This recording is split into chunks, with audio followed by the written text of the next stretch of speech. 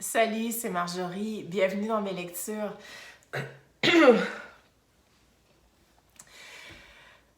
C'est la première vidéo de 2022 et je suis super contente de vous retrouver. La dernière fois qu'on s'est vu sur YouTube, c'était, je pense, en novembre 2021.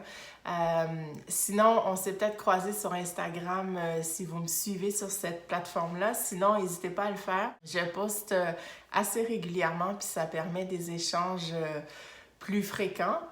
Je garde quand même mes avis de lecture vidéo pour YouTube et donc j'espère que vous avez passé un bon temps des fêtes. J'espère que l'année 2022 commence bien pour vous.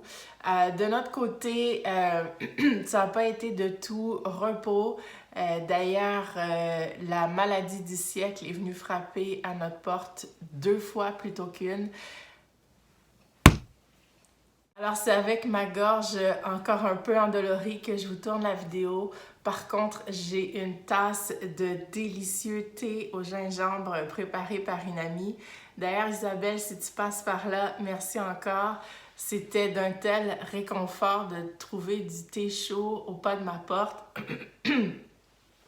Et franchement, ça soulage énormément.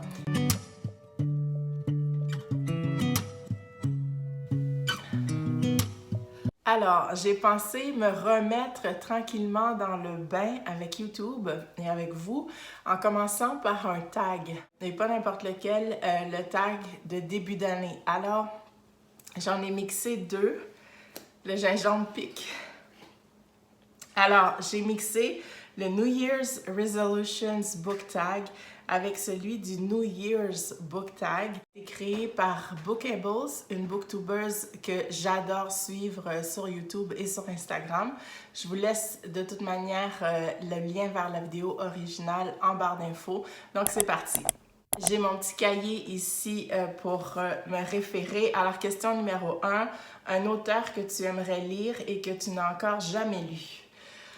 Je vais y aller avec Louis-Philippe d'Alembert. Je peux pas dire que je ne l'ai jamais lu parce que j'ai lu une courte nouvelle de lui dans le recueil Haïti Noir. Donc c'était une nouvelle noire et j'ai beaucoup aimé sa plume, mais c'est la seule chose que j'ai lue de lui. Pourtant, il a été publié un bon nombre de fois. Et juste avant Noël, je m'étais acheté Milwaukee Blues qui venait de sortir, qui est un peu inspiré de l'histoire de George Floyd aux États-Unis. Donc, définitivement, en 2022, je vais me faire cette lecture. Question numéro 2. Un classique que tu aimerais lire. Définitivement, je vais y aller avec Amour, colère et folie de Marie Vieux-Chauvet. C'est un livre que j'ai dans ma bibliothèque qui me ziote depuis longtemps et puis, ouais, j'aimerais bien le lire. Numéro 3, une relecture que tu aimerais faire. Dernièrement, j'ai voulu relire L'odeur du café de Dany Laferrière. J'avais comme envie de douceur. Et puis, l'odeur du café, ben, on se rappelle, c'est l'enfance de Dany à Petit-Gouave chez sa grand-mère quand il a à peu près 8-9 ans. Et pour moi, ce livre-là, c'est vraiment un livre bonbon qui est empli de tendresse maternelle, d'insouciance, tout ce qui est relié à l'enfance, le bonheur d'être tout simplement. Et tout ça malgré la conjoncture qui peut être difficile. Donc, j'ai eu envie de le relire. Je ne sais pas par contre si je vais le faire, en tout cas pas tout de suite, parce que en 2022, j'ai vraiment l'intention de diminuer ma pile à lire. Et donc, pour ça, il ne faut pas trop relire ce qu'on a déjà lu, mais il faut plutôt s'attaquer à ceux qui nous attendent. Lily. Numéro 4. Un livre que tu as depuis toujours et que tu aimerais enfin lire. Bon, j'en ai plusieurs qui sont dans ma pile à lire depuis un bon bout de temps. Il va falloir que j'aille dans ma bibliothèque puis que je regarde, je vous reviens. Ok, de retour, j'ai choisi Rosalie l'infâme D'abord parce que c'est un livre qui me fait vraiment envie, mais aussi et surtout parce que c'est un prêt. C'est un ami qui me l'a prêté et donc il serait grand temps que je le lise, que je le rapporte, que je le redonne. Et Rosalie l'Infâme, en fait, Rosalie, c'est le nom d'un des bateaux négriers qui a transporté les Africains vers, entre autres, Haïti, mais vers les îles des Antilles au moment de la traite négrière, au moment de l'esclavage. Et donc, c'est un récit qui nous transporte à Saint-Domingue en 1750 et il est question d'empoisonnement pour éviter l'esclavage à nos enfants. Je le décris pas très bien, mais c'est un roman fabuleux. J'ai beaucoup lu dessus, mais je l'ai pas encore lu. Donc, 2022, ce sera l'occasion. Numéro 5, un gros livre que tu aimerais lire. Bon, un gros livre, je pense spontanément à l'essai d'Antonor Firmin de l'égalité des races. Je vais aller le chercher. Oui, donc de l'égalité des races humaines. Antonor Firmin a publié cet essai-là pour la première fois en 1885. Et en fait, c'est parce qu'il s'inscrivait en faux avec la thèse d'Arthur de Gobineau, qui a été publiée quelques années auparavant et qui portait sur l'inégalité des races humaines. Alors, c'était la réplique d'Antonor Firmin que je veux lire. Je pense que ça peut compter pour un gros livre, 526 pages. Question numéro 6. Combien de livres as-tu l'intention de lire cette année?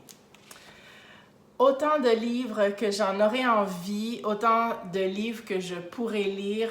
Je ne me fixe aucun objectif en termes de quantité de livres à lire parce que vraiment pour moi, c'est vraiment plus une question de qualité que de quantité.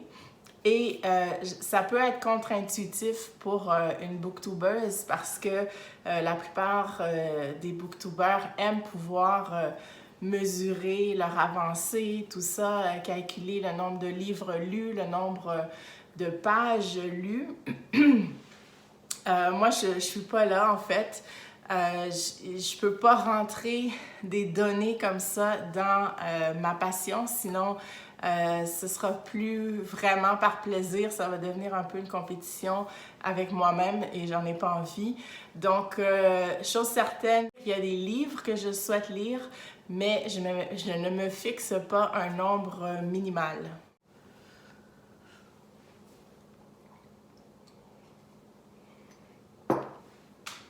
On va y aller avec une dernière question parce que je sens que la gorge et la voix ne tiendront plus très longtemps.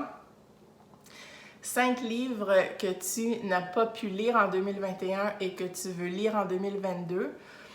Ça rejoint tout à fait mes objectifs de lire ma palle. Donc déjà, en début d'année, j'ai pu lire L'Insignifiante d'Adama Sissoko, qui est un récit aux éditions La Cainfriscanaise. J'ai toujours du mal à prononcer le nom, mais c'est une superbe petite maison d'édition. Et j'ai beaucoup aimé le récit. On part de Paris, une jeune femme qui a fait ses études des études de commercial et puis qui part à l'aventure aux États-Unis pour œuvrer dans le secteur de l'hôtellerie de luxe. Et donc, on la suit dans ses aventures, c'est mes aventures. Et il y a comme toute une réflexion sociétale qui peut se lire aussi à travers le récit. Donc, c'est comme la petite histoire dans la grande histoire. J'ai bien aimé. Et puis, pour d'autres livres que j'aimerais lire, déjà dire que je suis en train de lire Le bistouri sur la tempe de Sacha Brailovsky, dont je vous ai parlé dans mon book haul Paris. Ça aussi, c'est un livre que je voulais lire depuis l'été et puis j'avais pas eu l'occasion de le faire, donc je suis en train de le faire. Donc, c'est déjà comme un bon point de départ, on va dire. Sinon, je vais y aller avec un livre que j'aimerais beaucoup lire, mais que je ne trouve absolument nulle part, ni à Montréal, ni à Paris. Fado de Kathleen Mars. C'est la comédienne Joujou Turenne qui me l'a chaudement suggéré.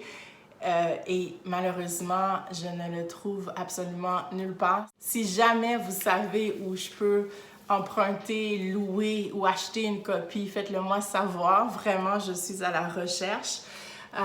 Donc, ça fait 3 livres, il en reste 2.